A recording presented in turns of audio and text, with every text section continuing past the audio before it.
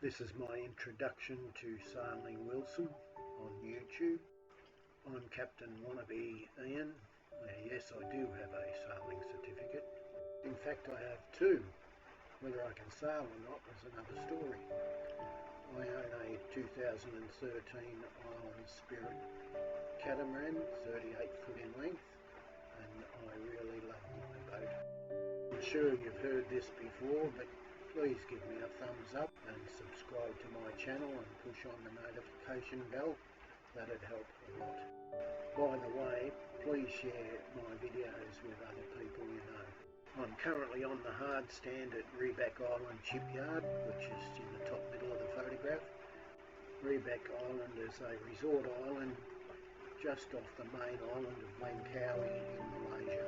Here's a Google Earth image of my boat just beside the blue dot on the hard stand, and here's a photograph of my boat just after I finished putting the copper coat on. I've still got a lot of work to do. Part 23 of my progress report so far, repairing the fuel tanks. There's a sailor's expression that the heaviest object in the universe is the money you spend on a boat. And BOAT abbreviated stands for bring on another $1,000. I started one project and have found at least 4 others to do. I had water in the fuel tanks, so I began the process of using my fuel polisher to get rid of that, and realised that the water had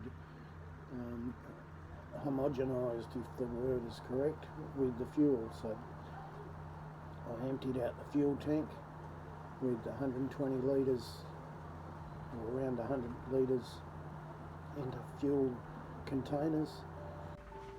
In each cabin, starboard and port, underneath the mattress, is this, or 2 inspection hatches. The diesel fuel tanks are on port and starboard sides, and both of them have water leaking inside them. See the red gasket goo? Well, that's not the correct gasket goo, but the shape of the tank means it creates a valley in the plastic tank, and that goo has sprung a leak, and the water sits in the gully and leaks into the tank. So what I did is I used my fuel polisher to suck the fuel out into 6 containers. You can see that the diesel fuel is a milky colour and not a clear colour similar to urine. That's a joke, but it does look like urine. It smells like diesel. So you can see that I've removed the fuel tank from its cradle with the straps. I've removed the fuel tanks and brought them back down underneath the boat, and I'll put them on the bench and start work on them. And basically I will remove the stainless steel mechanical side of the fuel tank, that rubbishy gasket goo that in fact melted and went into the fuel system. So it was the wrong gasket goo.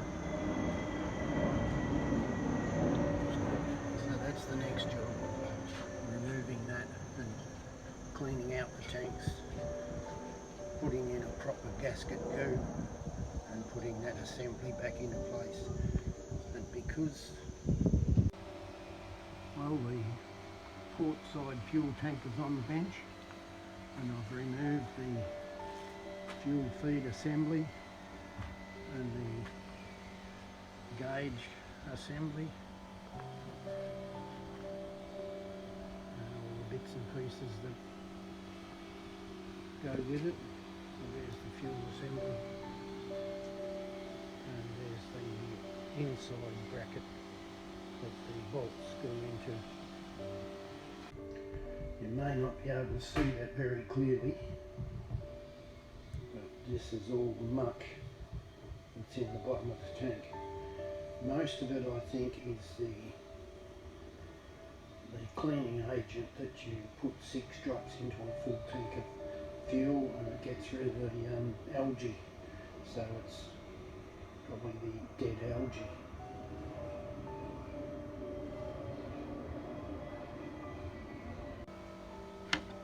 This was what was in the bottom of the tank.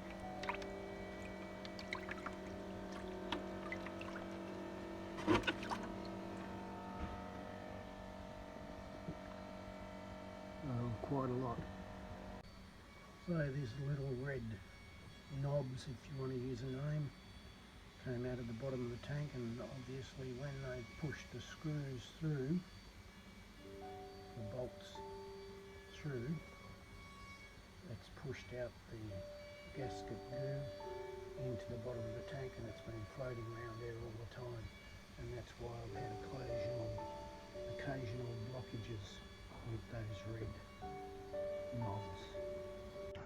This is what I had in mind, putting some cross members across the top of the tank and gluing them in place, but unfortunately I couldn't solve the problem of the tank sagging doing it that way, and I decided to think it through, and I decided on another solution.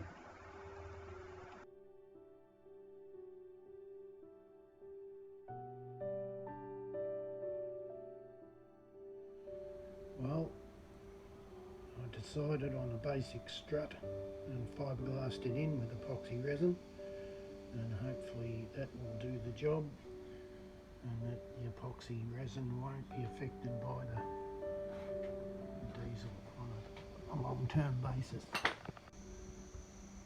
So with the strut in place, I've got a bit of a rise which will hopefully stop the water from settling in and around the diesel feeder system.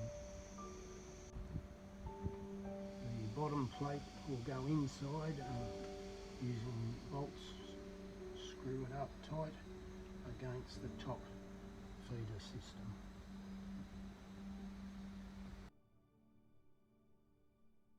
Hardex red gasket goo was recommended by Anderson Marine Services, so I went with his advice.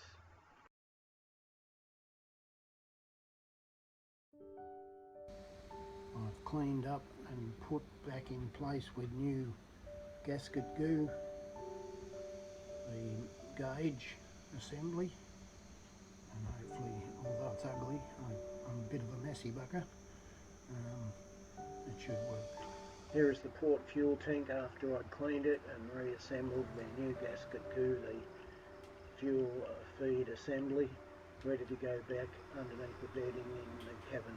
I also created a fairly thick rubber mat and shaped it so that it covered the fuel assembly, and if there was any dampness, it would stop the water getting into the fuel tank.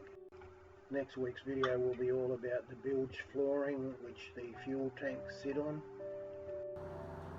The bilge cover or hatches were rotten from the water leak, so the 4-ply wasn't sealed properly, and I had to seal it again.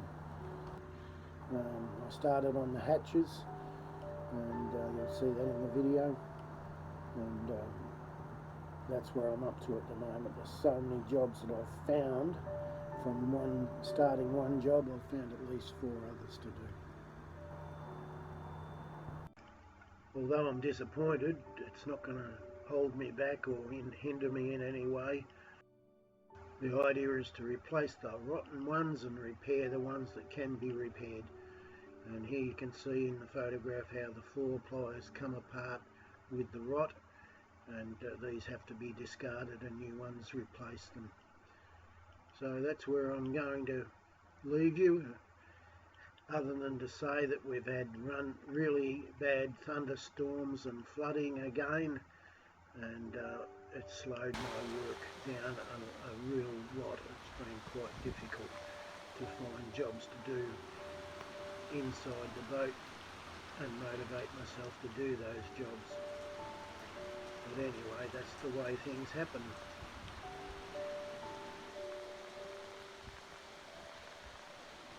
The video was produced by myself, and it's the end of another exciting video of my haul out progress report so far, part 23, about repairing my diesel fuel tanks.